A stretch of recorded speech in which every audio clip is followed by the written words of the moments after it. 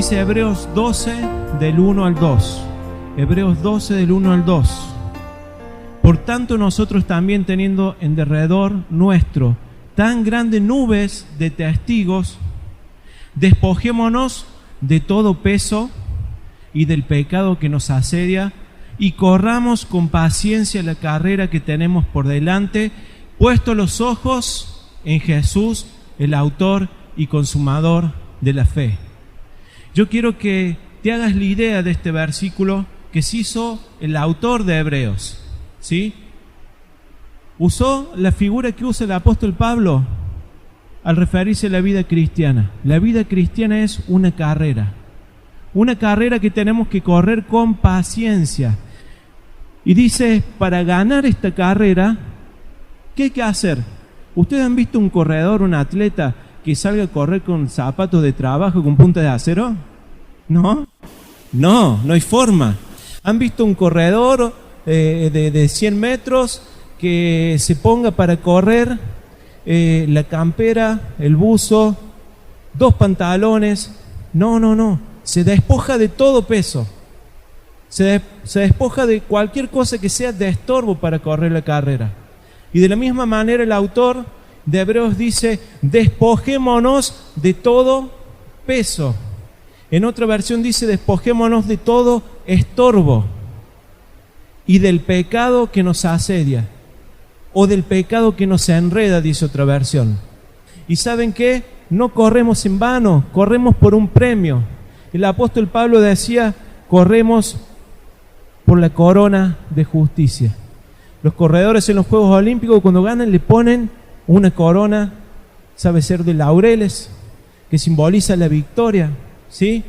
Y nosotros los cristianos corremos esta carrera con paciencia. Y esto es importante que lo tengamos en cuenta. Es una carrera de resistencia. No es una carrera para los que corren más rápido, es una carrera para los que llegan a la meta. Y nuestra meta es llegar a ser como Jesús. Y nuestra meta es cumplir el propósito por el cual Dios nos creó. Ahora, en la carrera de la vida cristiana, existen pecados que no nos permiten progresar hacia la meta. Pero también existen pesos o existen estorbos que nos frenan. Nadie corre, como dijimos recién, vestido de soldado, con zapatos, con botas, corre sin peso para no ser estorbado. Ahora, aunque al principio estos pesos o estos estorbos no necesariamente son pecado, pueden llegar a serlo si dominan nuestras vidas y nos sacan nuestra mirada de Jesús. Por ejemplo, y esto es lo que vamos a ver en esta tarde, uno de los grandes pesos o de los grandes estorbos que tenemos en nuestra vida y que nos frenan y que no nos permiten llegar a alcanzar el propósito de Dios para nuestras vidas es el sentimiento de culpa. El sentimiento de culpa. Yo quiero que me prestes atención. La culpa, si no se deja en las manos de Dios, puede hacer que vivamos vidas infelices y estancadas para siempre. ¿Sí? La culpa, si no se deja en la mano de Dios, puede hacer que nuestras vidas sean un fracaso total. Es un peso que nos estorba.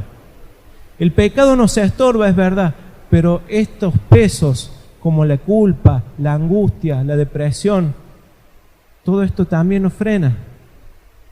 Ahora, ¿qué es el sentimiento de culpa? Es una sensación, y presta atención a esta definición, es una sensación continua de malestar que experimentan las personas por haber hecho algo malo que provocó un daño a otra persona, o por haber infringido alguna ley o principio ético, religioso, cultural, etc., pudiendo ser esto real o imaginario. ¿Se dieron cuenta de eso, no? Es una sensación continua de malestar, una tristeza, una angustia, un remordimiento continuo por haber hecho algo malo o por pensar que hemos hecho algo malo. Por eso también puede ser imaginario. Por haber violado alguna ley espiritual, como haber pecado, o por haber violado alguna ley de las que tenemos en nuestra sociedad. Uy, mira, hice tal cosa, qué mal que estuve. Ahora, el sentimiento de culpa está generalmente acompañado de emociones que son negativas, como la tristeza, la angustia, la frustración, la impotencia o el remordimiento, entre otras, y de pensamientos que se vuelven improductivos. Dijimos que nos frena. La culpa nos frena. Y vamos rápidamente. Hay tres causas por las que sentimos culpa. Y la primera causa es por las culpas que son reales.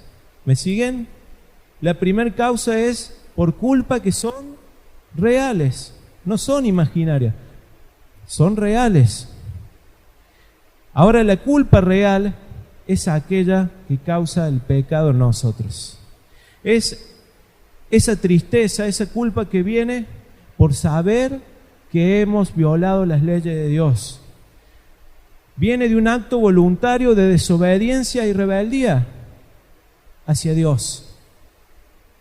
Fíjense, dice en Romanos 2:15, aquellos que no son hijos de Dios son acusados por su propia conciencia de que están haciendo algo malo.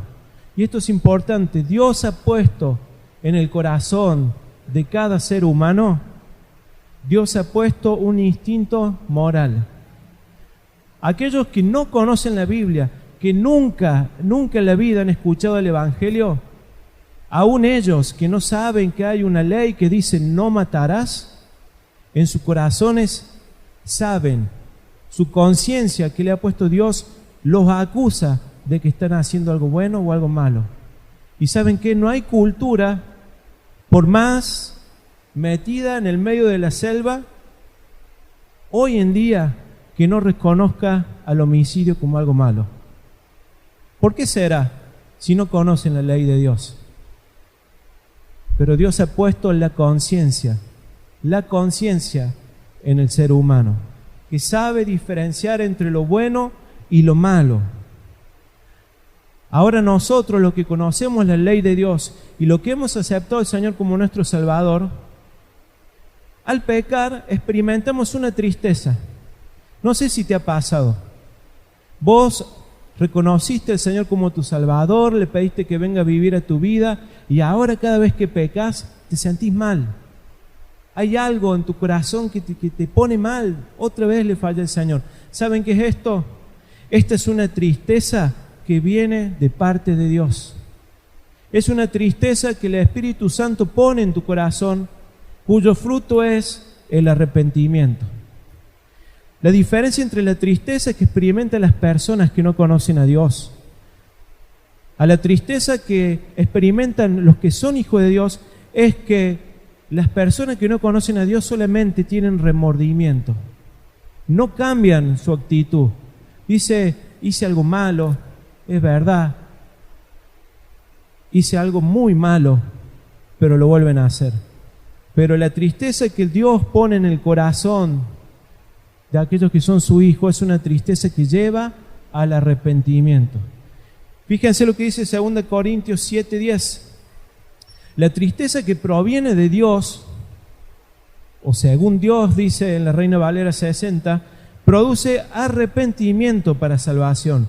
Y de esta no hay que arrepentirse, pero la tristeza que proviene del mundo produce muerte. No sirve de nada que vivamos afligidos, entristecidos, que vivamos depresivos por cosas malas que hemos hecho si nuestra actitud no cambia. Eso es solo remordimiento. Pero cuando el Señor pone esa tristeza en tu corazón cuando pecas, es para que haya arrepentimiento y el fin es vida. Pero las personas que no se arrepienten de sus pecados, por más culpa que tengan, su fin es muerte. La tristeza que proviene de Dios se resume en la exclamación que dio el rey David cuando pecó: Señor, contra ti, como dice el Salmo 51:4, solo contra ti he pecado y he hecho lo malo delante de tus ojos. Esa es la tristeza que produce un cambio. Es la tristeza que te lleva al arrepentimiento y a reconocer que has hecho algo malo y que debes solucionarlo con Dios y con los que has ofendido. Vamos a ver rápidamente el ejemplo de David. ¿Cuántos recuerdan la historia del rey David? Aquel salmista, aquel que tenía un corazón conforme al de Dios, pero sin embargo un día se vino a pique en su vida espiritual. ¿Qué le pasó al rey David? ¿Cómo llegó a ese extremo? Es lo mismo que te puede pasar a vos y que me puede pasar a mí cuando nos apartamos un milímetro del Señor. Un día el rey David, cuando era tiempo en que el ejército peleaba las guerras, se quedó durmiendo en su palacio.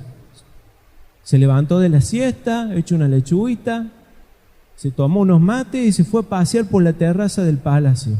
Y desde allá hizo así y vio una mujer que se estaba bañando. ¿Sí? Imagínense, el edificio más alto que había en aquella ciudad, podía ver todos los patios de todas las casas. Él vio una mujer que se estaba bañando y dice la palabra de Dios que él la deseó, que él la codició, que se encendió su pasión por esa mujer y como era el rey, dice que la mandó a llamar. Pero no es que el rey mandaba a llamar y le decía, ¿querés venir? No, era vení o vení. Así que esta mujer la trajeron al palacio y todos saben lo que pasó. David se acostó con ella.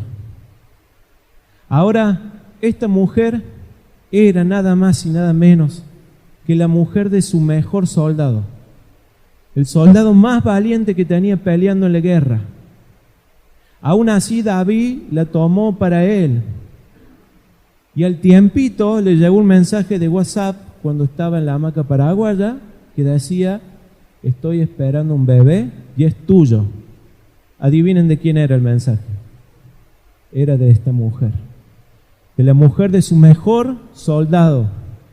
Entonces David dice, ay, me la mandé. Ahí reaccionó, pero no confesó su pecado a Dios. ¿Saben lo que hizo? Mandó a llamar a este soldado que estaba en el frente de batalla, lo hizo traer a su palacio y le dijo, mira, como sos un buen soldado, hemos decidido darte un premio. Te vamos a pagar una luna de miel, todo pago, hotel 5 estrellas, una semana, te vas a ir con tu señor y lo van a disfrutar, ¿sí? Tu segunda luna de miel. Entonces, ¿qué quería buscar con esto David? ¿Sí? Cubrir su pecado. Que obviamente este soldado pensara que ese hijo que estaba esperando a su mujer era de él. Ni se iba a imaginar que era del rey. Sin embargo, era tan honesto este soldado y era tan leal a David que ¿saben lo que hizo?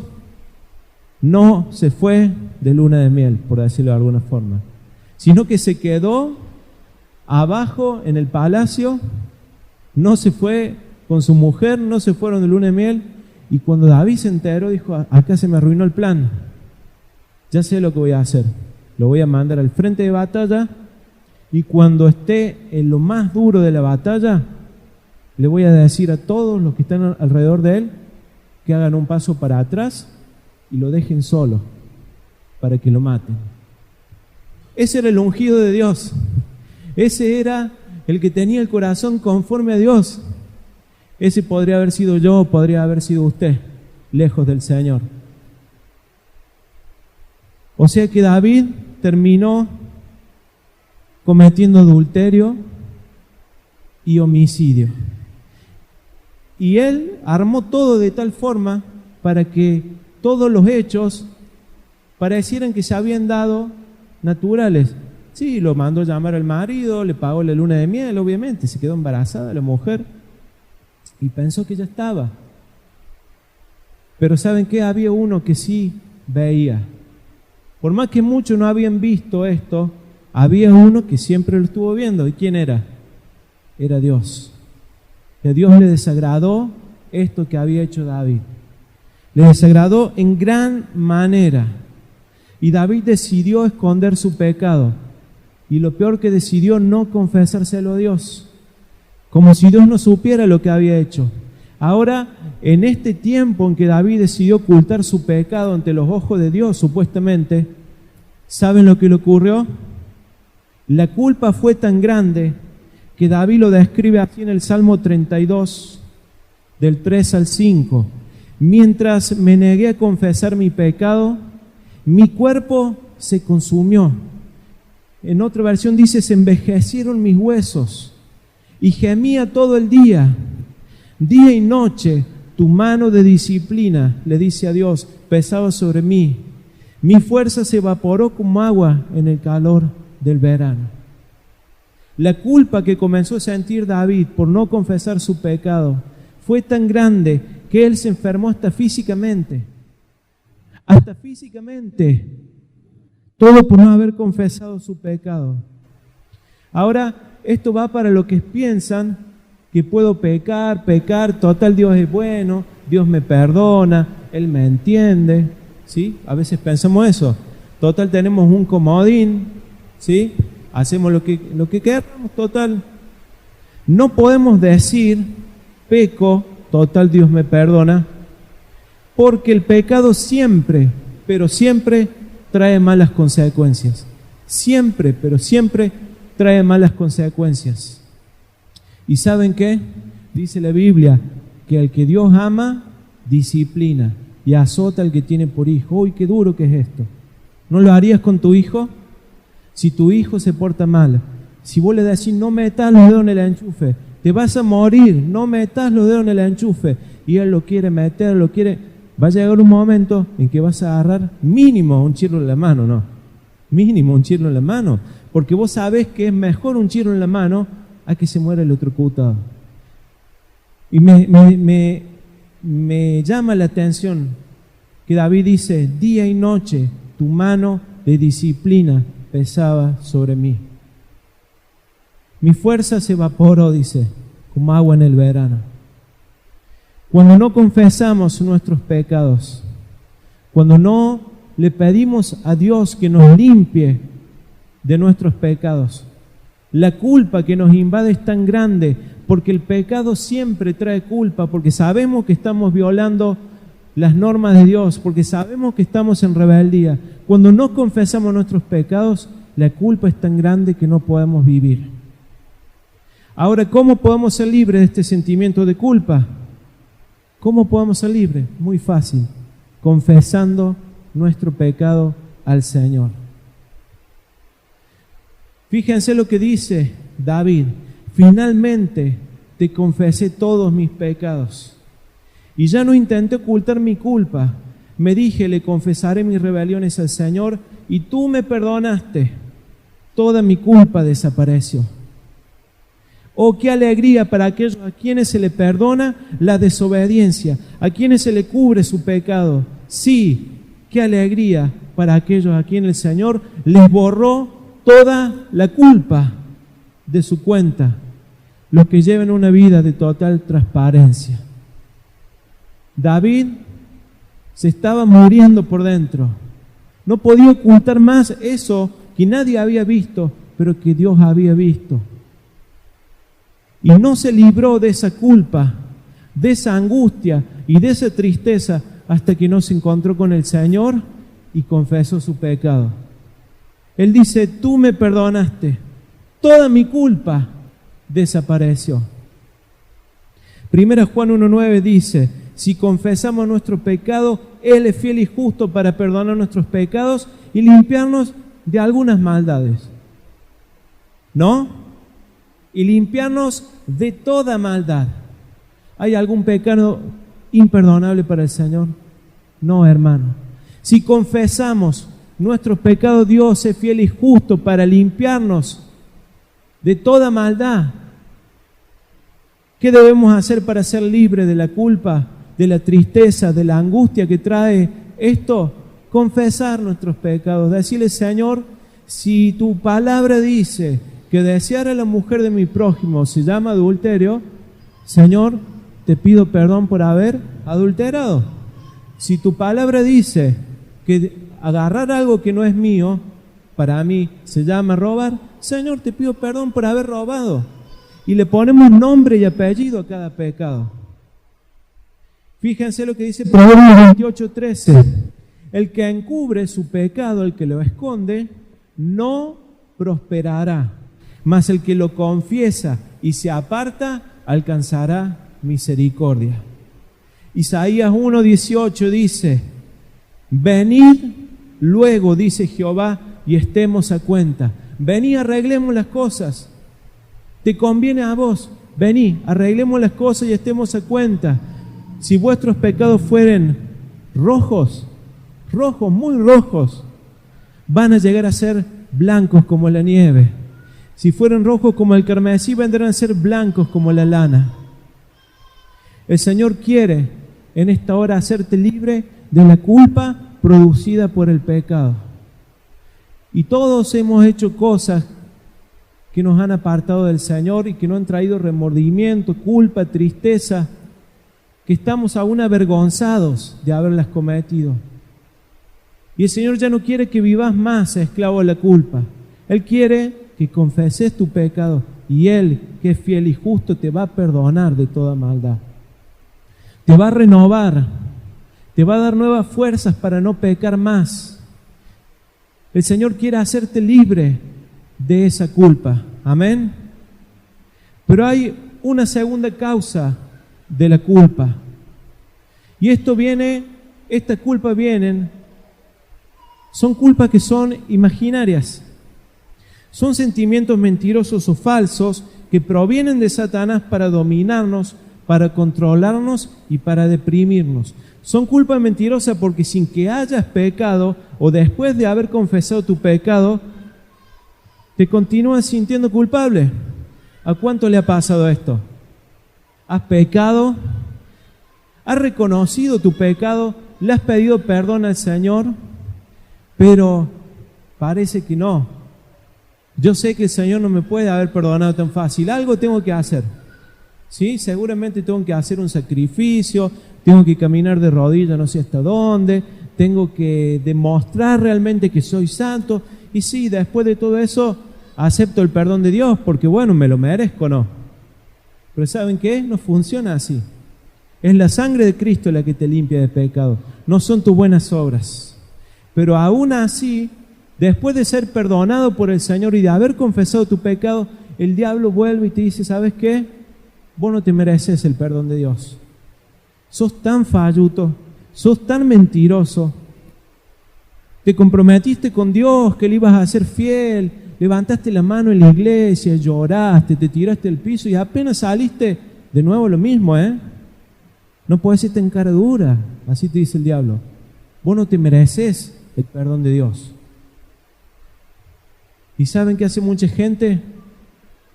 Voluntariamente decide alejarse de Dios, porque es tan difícil conformar a ese Dios que está esperando para castigarnos, para aún decirnos: viste, yo te dije, yo sabía que eras un fracasado, que si te perdonaba ibas a volver a lo mismo de antes.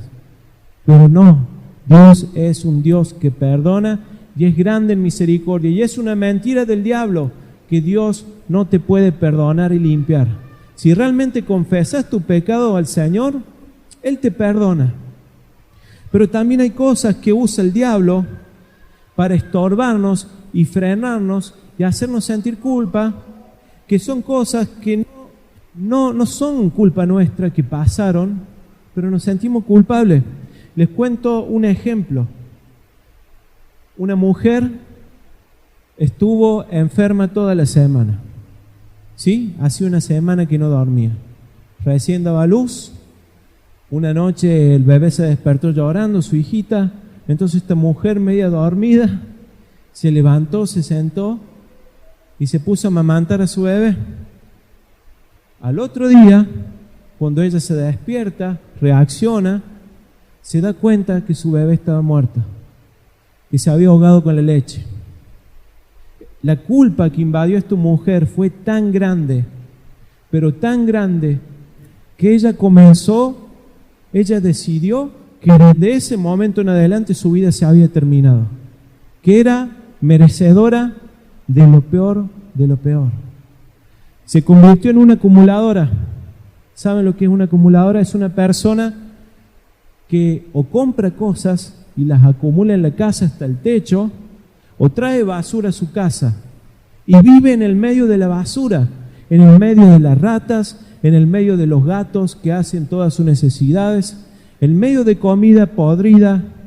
A veces duermen en el piso, no tienen baño. Son personas que viven realmente un infierno en vida. Viven literalmente como vivía el endemoniado gadareno, entre los sepulcros, entre medio de la muerte, entre el medio de las infecciones, de las enfermedades. Y son personas que por alguna razón deciden autocastigarse, ¿sí? Porque la culpa por algo que han hecho o que creen que han hecho es tan grande que terminan viviendo de esta manera. Yo no soy merecedor de Dios, y como no soy merecedor de Dios, no voy más a la iglesia. Cuando yo sea santo, vuelvo, ¿sí? Cuando yo deje de hacer esto que sé que está mal, vuelvo. Si no, no vuelvo. ¿Y cómo poder ser libre de esta culpa? Debo creer y aceptar el perdón de Dios. Creer que ya nunca más Dios se acordará de mi pecado. Creer aún que el Señor es misericordioso para perdonarme si he pecado y si he cometido un error. Y dejar de creerle a Satanás su mentira, que viene una y otra vez a acusarte y a hacer que te alejes de Dios. Fíjense lo que dice Miqueas 7, 18 y 19. ¿Dónde hay otro Dios como tú que perdona la culpa del remanente y pasa por alto los pecados de su preciado pueblo?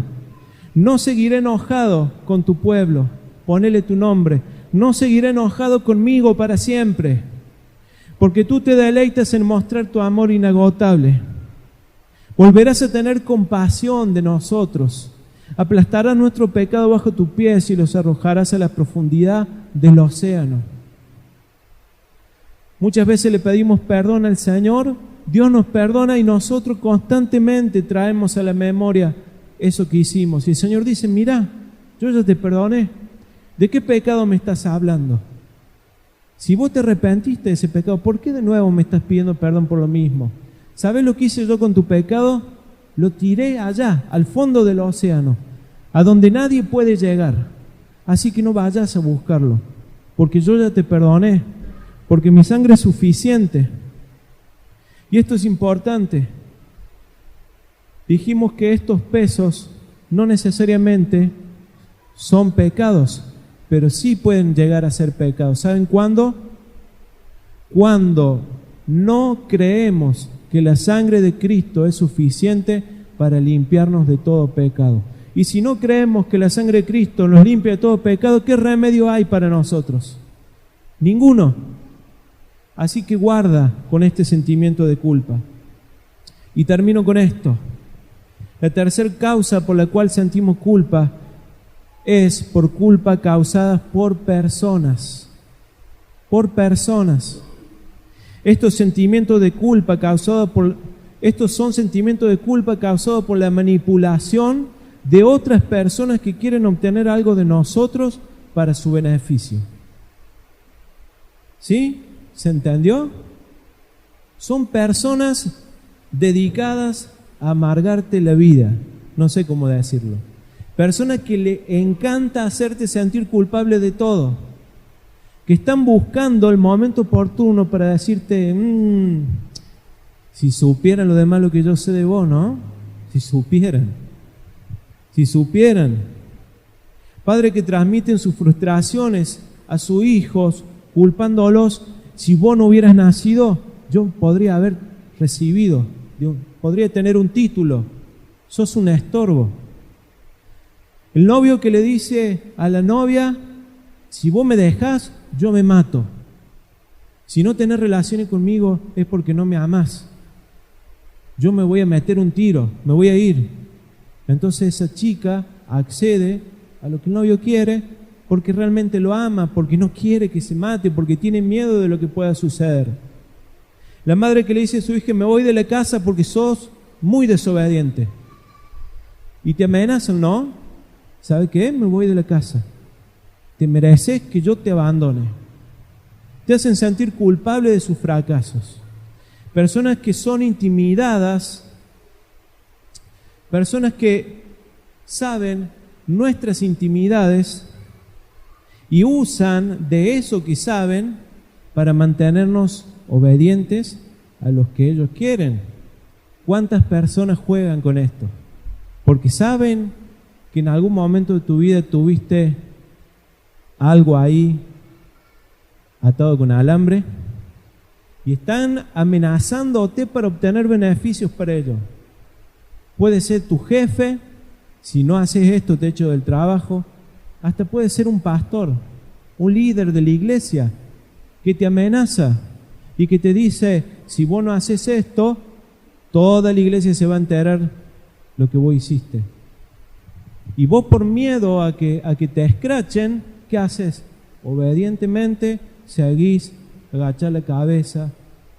Ahora, el problema es que no somos los únicos que somos afectados por estos sentimientos de culpa, sino que nosotros aprendemos, y escuchen esto, aprendemos a hacer culpable a los demás de nuestros errores y frustraciones. ¿Sí? Aprendemos a ser responsables a los demás de nuestras propias frustraciones. ¿Saben qué esto pasa? Nos desquitamos la bronca de la culpa que sentimos con otros y necesitamos que el otro se sienta culpable para yo sentirme mejor y sentirme superior a él y sentir que por fin valgo algo. No voy más a la iglesia porque nadie me quiere. ¿Sí? ¿Han escuchado esto? No voy más porque nadie me saluda. No, en realidad no va más a la iglesia porque vos no querés saber nada con Dios. No le eches la culpa al otro que justo ese día pasó y no te vio. Y no te vio, realmente no te vio. No le eches la culpa a los otros. Yo aprendí a tratar así de mal a la gente. ¿Sabe por qué? Porque a mí me tratan igual. Entonces yo trato todo de la misma forma. Mi vida es un fracaso por culpa de mis padres. Ellos son los culpables de que mi vida sea un fracaso. Y podemos hacer una lista interminable. Ahora, quien tiene sentimiento de culpa causado por otra persona, también aprende a victimizarse fácilmente. Se hace la víctima de todo, de todo. Y a veces con justa razón, ¿no? Porque le han pegado tanto, que también cualquier cosa que le digan se lo agarra mal, siempre. Pero ¿saben qué? Las personas que se victimizan todo el tiempo, llega un momento que no los aguanta nadie. ¿O quién aguanta una persona que vos le vas a dar un beso y termina siendo motivo de que vos me venís a dar besos ahora que después de... Supónganse. O le querés dar un abrazo, seguro que me está abrazando porque me va a clavar el puñal por la espalda. ¿Sí? Ese abrazo es solo para clavarme el puñal por la espalda. No sos una víctima. No todos te quieren hacer daño. No todos te quieren hacer daño. Y eso también está mal. Quien vive de los sentimientos de culpa causados por otra persona no ama a nadie, no ama a nadie, ni se dejan amar por los demás, y menos por Dios. ¿Sí? No pueden creer que realmente hay una persona que sea honesta en lo que le dice. No lo pueden creer. Entonces no aman a nadie. Cuando alguien les quiere dar amor, no se dejan amar por nadie, y menos van a creer que existe un Dios que es misericordioso, capaz de perdonar sus pecados, capaz de darle una nueva vida. Y terminan por aislarse de todo. En conclusión, Dios quiere hacernos libres de la culpa y de la autocompasión también. Vivir a esclavo de la culpa no nos dejará crecer en ninguna área de nuestra vida, ni en lo espiritual, ni en lo material, ni en nuestras relaciones interpersonales, ni en nuestros trabajos, ni en nuestros estudios. Viviremos a esclavos a la tristeza, a la amargura, al remordimiento. Dice Hebreos 4:16: acerquémonos pues confiadamente al trono de la gracia, para alcanzar misericordia y hallar gracia para el oportuno socorro. Hermano, el Señor te quiere hacer libre en esta noche de la culpa. Tal vez haya pecados en tu vida que no has confesado al Señor, que te están matando. El Señor quiere que los confeses en esta noche, que le pidas perdón. Y la sangre de Cristo que limpia de todo pecado te va a hacer libre. Amén. Si el Hijo os libertare, seréis verdaderamente libres. Libre de la condenación, libre de la culpa, libre de la tristeza, libre de la amargura. El Señor quiere que ya no escuches más al diablo acusándote todo el tiempo, diciéndote: Dios no te ha perdonado, vos no te mereces el perdón de Dios. Mira, eso que hiciste seguramente va a hacer que nadie te quiera, que nadie te ame. Mira, esa persona no te ama de verdad, porque vos no te mereces que te amen. Pero también quiere que te liberes de ese sentimiento de culpa que te han puesto personas que se han abusado de vos, que te han usado para beneficiarse a ellos. Yo no sé si hay personas que se han sentido usadas por otras personas, pero el Señor también quiere que te liberes de esa culpa y que realmente en esta noche puedas ser verdaderamente libre. Amén. Acércate confiadamente al trono de la gracia de Dios y vas a encontrar el oportuno socorro, porque el Señor te está esperando con los brazos abiertos.